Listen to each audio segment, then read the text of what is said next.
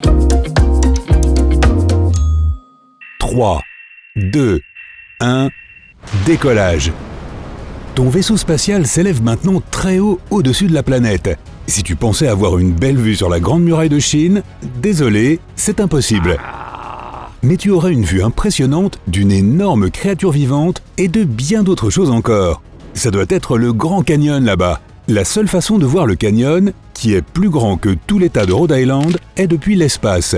Il est tellement énorme que différentes parties du canyon ont des climats différents. Il continue aussi à changer de forme grâce au fleuve Colorado, mais très lentement bien sûr. Mais ce n'est pas vraiment le canyon le plus profond du monde. Allons un peu plus au nord, dans le sillon des Rocheuses, au Canada. Ne crois pas la rumeur populaire, on ne peut pas vraiment voir la fameuse vallée depuis la Lune. Mais la Station spatiale internationale en offre une vue parfaite. Elle sépare la chaîne Columbia à l'ouest des Rocheuses canadiennes à l'est. De plus, elle abrite de nombreux animaux sauvages. Maintenant, l'Himalaya. Ce n'est pas la seule chaîne de montagnes visible depuis l'espace, mais c'est certainement la plus impressionnante avec les plus hauts sommets du monde. L'Himalaya a commencé à se former il y a environ 40 millions d'années. Je n'étais pas là à l'époque, ce qui en fait une très jeune chaîne de montagnes.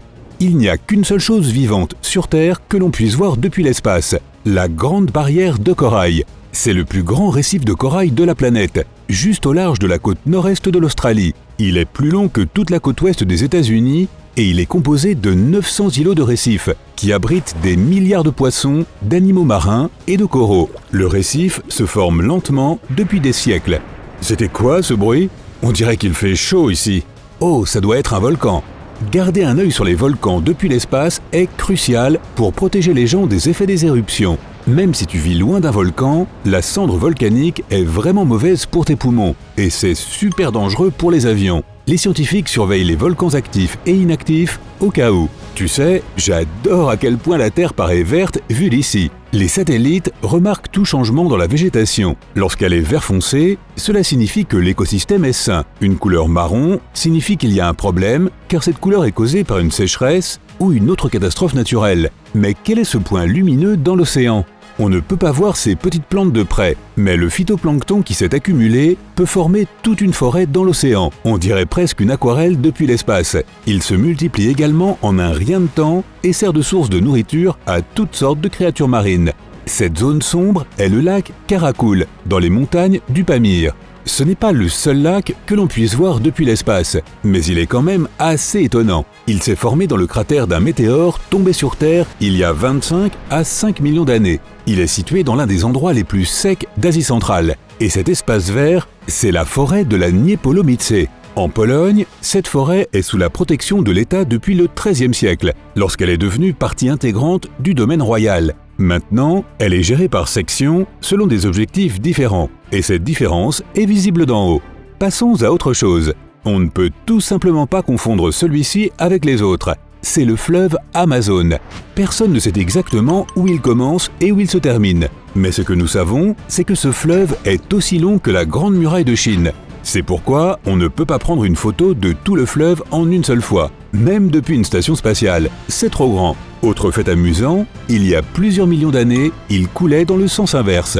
En parlant de rivière, le Gange possède le plus grand delta du monde. Cet énorme triangle en bas amène les eaux de plusieurs autres rivières dans la baie du Bengale. Les couleurs inhabituelles que l'on peut voir depuis l'orbite sont les sédiments laissés par les rivières lorsqu'elles se déversent.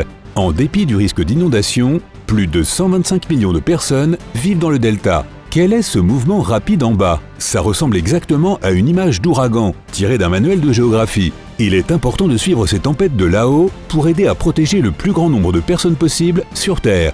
Cet énorme amas brun se déplace beaucoup trop vite pour être un nuage. C'est parce que c'est une tempête de poussière. Elle se forme dans les climats secs et garder un œil dessus peut aussi sauver beaucoup de vies. Tu verras aussi quelques objets fabriqués par l'homme d'ici bien sûr. Les lumières de la ville la nuit, les ponts. On dirait que je suis au-dessus du désert de l'Arizona en ce moment précis. C'est quoi ces petites lignes partout? Des routes du désert. Contrairement aux routes qui traversent les montagnes et les forêts, celles-ci ne sont pas cachées par le paysage. Un autre truc cool que tu peux repérer dans les sables, ou plutôt 3 trucs cool, ce sont les grandes pyramides de Gizeh. La plus grande d'entre elles est plus haute que 29 autobus à étage. Même si elles sont assez énormes, il faut un appareil photo professionnel de haute résolution pour les photographier en étant en orbite. Le prochain arrêt de notre tour orbital n'est pas très loin, mais je pense que je viens de le manquer. Revenons un peu en arrière. Voilà, Palm Island Resort. La construction de ces îles artificielles au large des côtes de Dubaï a débuté en 2001. Le sable a été directement prélevé au fond du golfe Persique pour les fabriquer. Il y a 2 îles en forme de palmier, ainsi qu'une île en forme de carte du monde entier qui est composée de 300 petites îles. Ils disent qu'ils vont également ajouter au groupe un autre en forme de système solaire. Allons de nouveau vers l'ouest. Quelqu'un a-t-il jeté un tas de plastique sur l'Espagne? Ma carte me dit que ce sont les serres d'Almeria. La première a été construite en 1963 et est devenue le plus grand groupe de serres au monde. Ils produisent des tonnes de légumes et de fruits chaque année. Il y a de grandes chances que tu aies mangé quelque chose qui ait été produit là-bas. J'ai entendu dire qu'il y avait un gigantesque échiquier sur le sol du nord de l'Idaho. Allons voir ça. Il s'avère que les zones blanches sont recouvertes de neige puisqu'elles ont été déboisées. Et les zones les plus sombres sont encore recouvertes d'arbres. Je peux aussi voir quelques trous gigantesques dans le sol. Ce sont des mines de cuivre. L'une des plus importantes est la mine de cuivre de Kennecott, dans l'Utah. On dit qu'elle a donné au monde plus de cuivre que toute autre mine dans l'histoire au cours du dernier siècle. Si tu as appris quelque chose de nouveau aujourd'hui, alors mets un like à cette vidéo et partage-la avec un ami. Et voici d'autres vidéos que tu devrais apprécier. Il te suffit de cliquer à gauche ou à droite et de rester du côté sympa de la vie.